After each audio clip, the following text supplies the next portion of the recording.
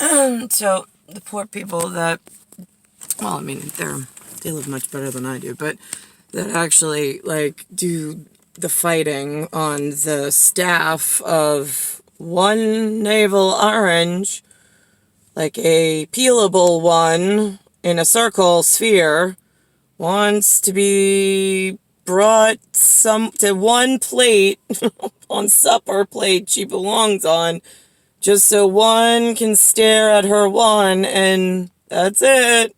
Crazy world outside of a navel's orange. And you have plenty of food. We know you all have food. Don't pretend like this is the only orange in the whole entire world.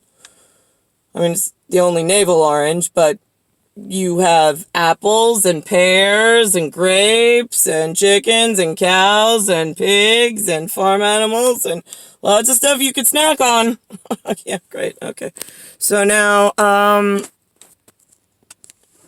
I was listening to the radio. This is just a recap on my way here. And this song comes on. Now, this is how Murphy's Law. Are you ready for this one? Here's how this one goes. So universally, I am the one navel orange. So everything stems from into the diorama and diarrhea trail that I'm living in, and then back again in some weird woven way that then I spit back to the living, hoping that somewhere along the service member gold Rolodex watch, I have the Rolex, you got the Rolodex, but my mouth is the Rolex, and you got the watch at the end of retirement. Like, can we go? This is so arduous. Anyway, so there's something called a Big Yankee, Daddy Yankee, something. But then Jason uses Yankee something, and Jason with Scooby in the nobody gives a shit category is stupid, right? So the in the barn animal section, so the celebrity on the SPRACHE radio singing Despacito, and he's got some other angel messenger. But the funny thing is it's like I hear in my language of backwards of Murphy's Law of what are they really spitting out at me? Okay, so it's Despacito, something, it was Santa Remo, and then they talk about Puerto Rico. And I'm like, and then they say something about Sucre, and I'm like, that's great, because here I am, the Russian doll in America, looking out, and it looks like I see a lot of Indian people. I see House of India, I see lots of Indian now, whatever they call themselves over here. So visually on my dialect report, it's showing up that I see India. They're naming my body machina as the Russian nesting doll, and my location in Mitty municipality address is America in New York.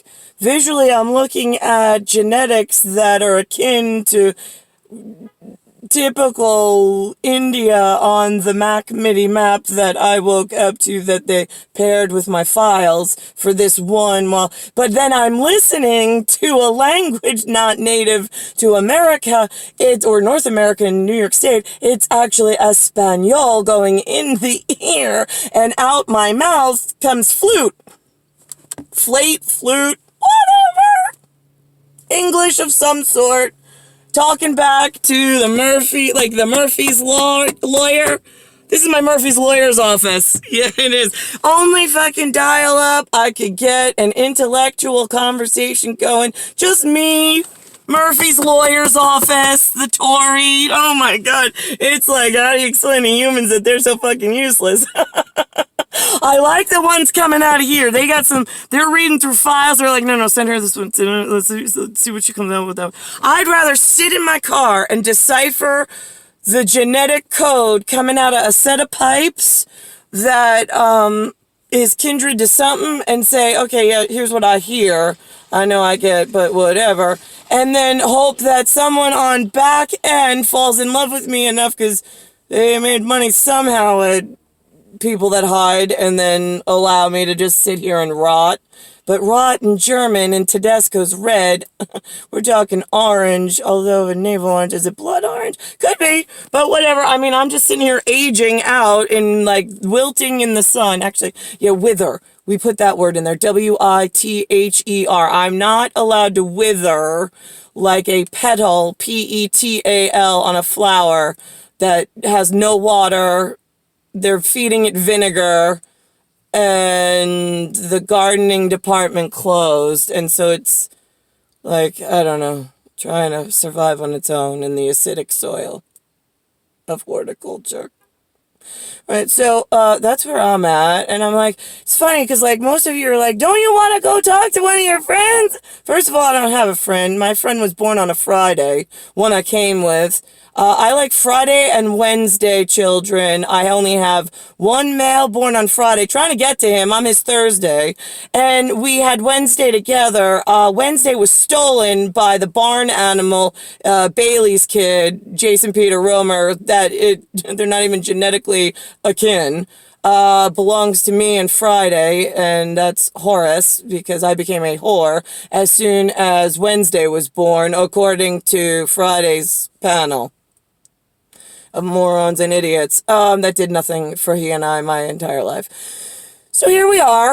And how does this work? Right. Okay. So now Frank Falco, who was working in a Deco employment agency, but it looked like a technology, like foreign agency in the middle of Melville. I really didn't see anything white. Like the one boss was white. Frank was like, eh.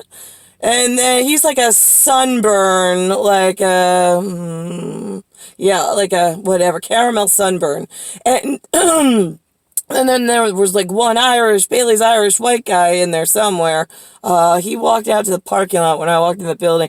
And then there was like a whole bunch of like, I don't know what country you all, like what, are these like vacationers or like, are these now like, why are they and where's this is an employment agency? Oh, this is interesting. I mean, like, it doesn't make sense at all, logically, but whatever. So then, Frank's in some little rinky-dinky apartment in Lindenhurst, and I go over, and Maria Mirza, which is Maria Speciale, Tommy Speciale's wife, calls me and says that Tommy's cheating on her with some other girl, and she's really upset, and I'm like, wait, what?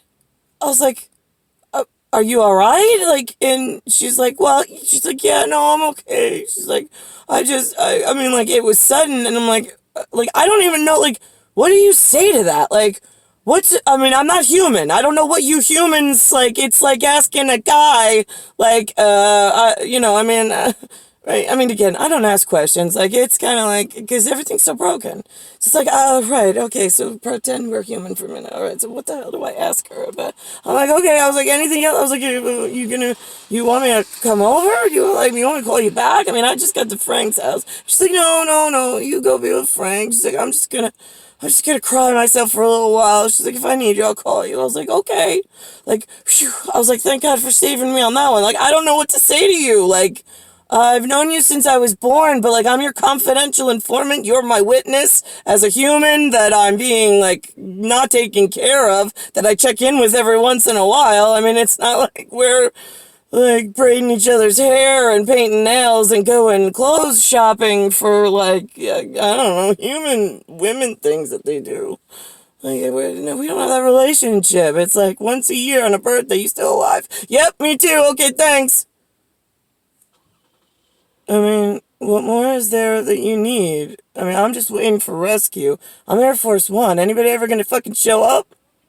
I kept I won't get tight and close to anybody. Got it. Okay, I fulfilled my promise. She knows me since the day I was supposedly born here. We check in with each other once a year. I mean, it's like a prison sentence, and she's my parole officer, apparently.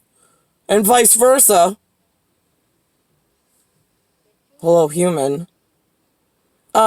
And so Frank's like, whoa, he's like, Tommy cheated on her. Like, is she okay? Like, you want to go, like, should we do something? I'm like, what would we do? Like, I don't know, how do you, Like, is this, I would just, I've heard it happens a lot. I mean, I haven't cheated on anybody myself. And now here's the funny thing.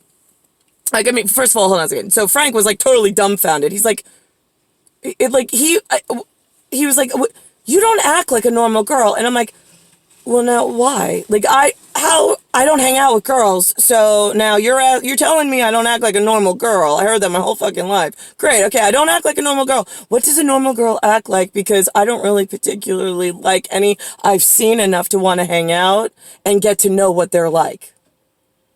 Like, is that your thing? Because if that's your thing, go be with human girls. Because, right, yeah, I don't know why you're in my life anyway.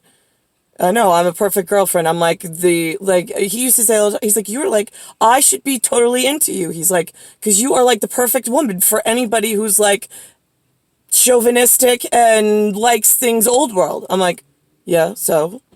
And he's like, but I just don't. And I'm like, okay, good, bye. I'm like, I mean, go.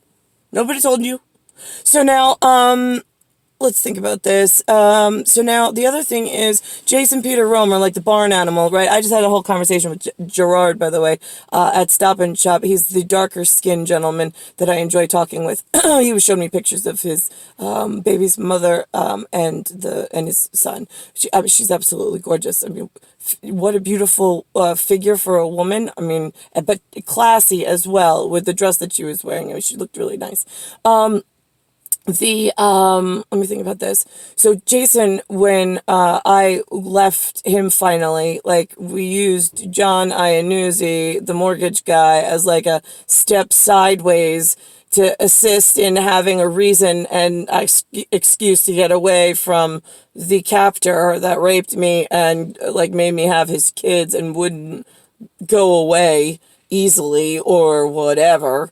So that break was a little easy. I know Jason's like, she cheated on me and she's a horrible person. And right, yeah, but they had to take your whiny ass. They had to take your gun away, Jason, because they were afraid of you at work because you were a whiny, sloppy bitch when I fucking finally got away. And no, I tried sleeping with John. It didn't work out right because I don't think he likes women, but whatever. Again, it was an excuse to get me the fuck out of what I was stuck in a bear trap. How do you gnaw your own foot off? I don't know. And then come out smelling like roses. Great. Get like a side gig on like, they know me? Okay, great. So now you are my witness. I didn't hurt him. I wasn't nasty. I wasn't stalking him. I definitely wasn't calling to follow up to see how he was doing in his crying, whiny, sniffly, nobody gives a shit. Right, okay. And then I was also not stalking and tracking the John guy. I was just like, oh, right, okay.